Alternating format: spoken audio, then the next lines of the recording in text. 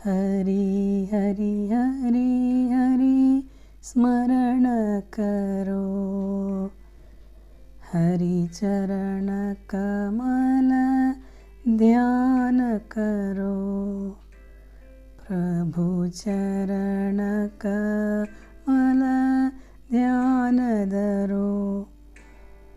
ಹರೇ ಕೃಷ್ಣ. ಆತ್ಮೀಯರೆಲ್ಲರಿಗೂ ಕಲ್ಯಾಣಿ Eden ವೈಬ್ಸ್ಗೆ ಸ್ವಾಗತ. ರಾಧೆ ರಾಧೆ. ಆತ್ಮೀಯರೇ, ಹರಿಚರಣದ ಬಗ್ಗೆ ಹಲವಾರು ದಾಸರ ಪದಗಳಿವೆ. ಎಷ್ಟೋ ಭಕ್ತರು ವರ್ಣಿಸಿದ್ದೂ ಇದೆ. ಇನ್ನೆಷ್ಟೋ ಪುರಾಣ ಕಥೆಗಳಿವೆ. ಅದರಲ್ಲಿ ಒಂದಾದ ವಾಮನ ಅವತಾರದ ಕತೆ ಇವತ್ತು ಕೇಳಲೇಬೇಕು. ಯಾಕಂದರೆ ಇವತ್ತು ವಾಮನ ಜಯಂತಿ. ಭಾದ್ರಪದ ಮಾಸದ ಶುಕ್ಲ ಪಕ್ಷದ ದ್ವಾದಶಿಯಂದು ವಾಮನ ಜಯಂತಿ. ಶ್ರವಣ ನಕ್ಷತ್ರ ಕೂಡ ಇದ್ದರೆ ಒಳ್ಳೆಯದು. ಅದು ನಾಳೆ ಇದೆ. ಈ ದಿನ ಕೇರಳದಲ್ಲಿ ಓಣಂ ಹಬ್ಬ ಅವರ ನಾಡ ಹಬ್ಬವಾಗಿ ಆಚರಿಸುತ್ತಾರೆ. ಈ ದಿನ ಬಲಿಚಕ್ರವರ್ತಿ ಬಂದು ಹೇಗಿದೆ ಭೂಲೋಕ ಅಂತ ನೋಡಲು ಬರುತ್ತಾನಂತೆ. ಅದಕ್ಕಾಗಿ ಕೇರಳದಲ್ಲಿ 10 ದಿನದಿಂದ ಮನೆ ಎದುರು ಹೂವಿನಿಂದ ರಂಗೋಲಿ ಪೂಕಳಂ ಬಿಡಿಸ್ತಾರೆ. ನಾವು ಮೊನ್ನೆ ಕಾಂಚೀಪುರಂಗೆ ಹೋದಾಗ ವಾಮನ ದೇವರ ದೇವಸ್ಥಾನಕ್ಕೂ ಹೋಗಿದ್ದೆವು. ಆ ದೇವರನ್ನು ನೋಡ್ತಾನೆ ನಿಂತಿರಬೇಕು ಅನಿಸುತ್ತಿತ್ತು. ಸರಿಯಾಗಿ ಶೂಟ್ ಮಾಡಲು ಅಲ್ಲಿಯ ಆಡಳಿತಗಾರರು ಬಿಡಲಿಲ್ಲ. ಯಾಕಂದರೆ ಅಲ್ಲಿರುವ ಪೂಜಾರಿಗಳು ನಮ್ಮನ್ನೇ ನೋಡ್ತಾ ಇದ್ದರು. ರಾಧೆ ರಾಧೆ. ಯಾಕಂದರೆ ಬೇಡ ಅಂತ ಹೇಳಿದರು, ಶೂಟ್ ಮಾಡಬಾರ್ದು ಅಂತ. ಆದರೂ ನಿಮಗೆಲ್ಲ ತೋರಿಸೋಣ ಅಂತ ಅಂದರೆ ಸಾಧ್ಯವಾಗಲೇ ಇಲ್ಲ. ಈ ದೇವಸ್ಥಾನದ ಇತರ ಮಾಹಿತಿಗಳನ್ನು ನನ್ನ ಪತಿ ಮಹಾಶಯರ ಬಾಯಿಂದ ಕೇಳಿ. ಹ್ಯಾಪಿ ವಾಮನ ಜಯಂತಿ, ಹ್ಯಾಪಿ ಓಣಂ. ರಾಧೆ ರಾಧೆ. ನಮಸ್ಕಾರ ಸ್ನೇಹಿತರೆ. ಇಂದು ನಾವು ಬಂದಿರುವ ಕ್ಷೇತ್ರ ವಿಶೇಷವಾದ ವಿಷ್ಣುವಿನ ಕ್ಷೇತ್ರ. ಈ ದೇವಾಲಯವು 108 ದಿವ್ಯ ದೇಶಂ ಎಂದು ಕರೆಯಲ್ಪಡುವುದರಲ್ಲಿ ಒಂದು. ಶ್ರೀ ಉಲಗಳಂದ ಪೆರುಮಾಳ್ ಟೆಂಪಲ್ ತಮಿಳುನಾಡಿನ ಕಾಂಚೀಪುರಂ ಪಟ್ಟಣದಲ್ಲಿದೆ. ಅಲ್ಲಿದೆ ಪ್ರಮುಖವಾಗಿ ಹೇಳಬೇಕೆಂದರೆ ಶಿಲ್ಪಕಲೆಯಲ್ಲಿ ದ್ರಾವಿಡ ಶೈಲಿಯಲ್ಲಿ ರಚಿಸಲ್ಪಟ್ಟಿದೆ ಮತ್ತು ಮಹಾವಿಷ್ಣುವಿನ ವಿಶೇಷ ಸಾನ್ನಿಧ್ಯ.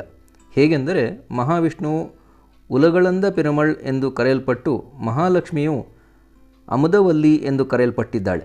ಇಲ್ಲಿ ಉಲಗನಂದರ್ ಪೆರುಮಾಳ್ ಅಂದರೆ ದೇವಾಲಯದ ಐತಿಹ್ಯವೇನು ಬನ್ನಿ ತಿಳಿಯೋಣ.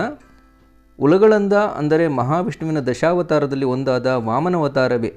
ಇದನ್ನು ಉಲಗಲಂದನಾಗಿ ಭಕ್ತರಿಗೆ ಅನುಗ್ರಹಿಸುತ್ತಿದ್ದಾನೆ.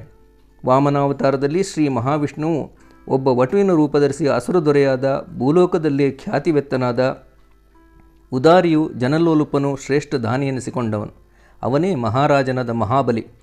ಇವನು ಅಶ್ವಮೇಧ ಯಾಗವನ್ನು ಮಾಡುವ ಸಂದರ್ಭದಲ್ಲಿ ವಾಮನನು ಬಲಿಚಕ್ರವರ್ತಿಯಲ್ಲಿ 3 ಹೆಜ್ಜೆ ಭೂಮಿಯನ್ನು ಯಾಚಿಸುತ್ತಾನೆ. ಇದಕ್ಕೆ ಬಲಿಚಕ್ರವರ್ತಿಯು ಒಪ್ಪಿ ಅನುಮತಿ ಕೊಟ್ಟಾಗ ವಾಮನನು 3 ಹೆಜ್ಜೆಯನ್ನಿಟ್ಟು ಕೊನೆಯ ಹೆಜ್ಜೆ ಇಡಲು ಜಾಗವೆಲ್ಲಿ ಅಂದಾಗ ತನ್ನ ಶಿರಸ್ಸಿನ ಮೇಲೆ ಪಾದವಿಡಲು ಹೇಳುತ್ತಾನೆ.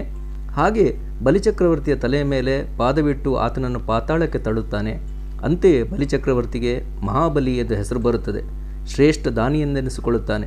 ಈ ವಾಮನ ಅವತಾರವೇ ವಿಷ್ಣುವಿನ 5ನೇ ಅವತಾರ. ಪುರಾಣದಲ್ಲಿ ಈ ಪ್ರಹಸನ ನಡೆದುದರಿಂದ ವಿಷ್ಣುವಿಗೆ ಉಲಗಳಂದ ಪೆರುಮಾಳ್ ಅಥವಾ ವಿಶ್ವವನ್ನು ಅಳೆದ ಭಗವಂತ ಎಂದು ಪ್ರಖ್ಯಾತಿಯಾಯಿತು. ಈ ದೇವಾಲಯವು ಸುಮಾರು 846 ಸಿಇಯಲ್ಲಿ 3ನೇ ನಂದಿವರ್ಮನಿಂದ ಕಟ್ಟಲ್ಪಟ್ಟು ಅನಂತರ ರಾಜೇಂದ್ರ ಚೋಳ ಬರಬರುತ್ತಾ ಪಲ್ಲವ ಹಾಗೂ ವಿಜಯನಗರದ ದೊರೆಗಳಿಂದ ಪೂರ್ಣವಾಗಿ ಅಭಿವೃದ್ಧಿ ಪಡೆಯಿತು.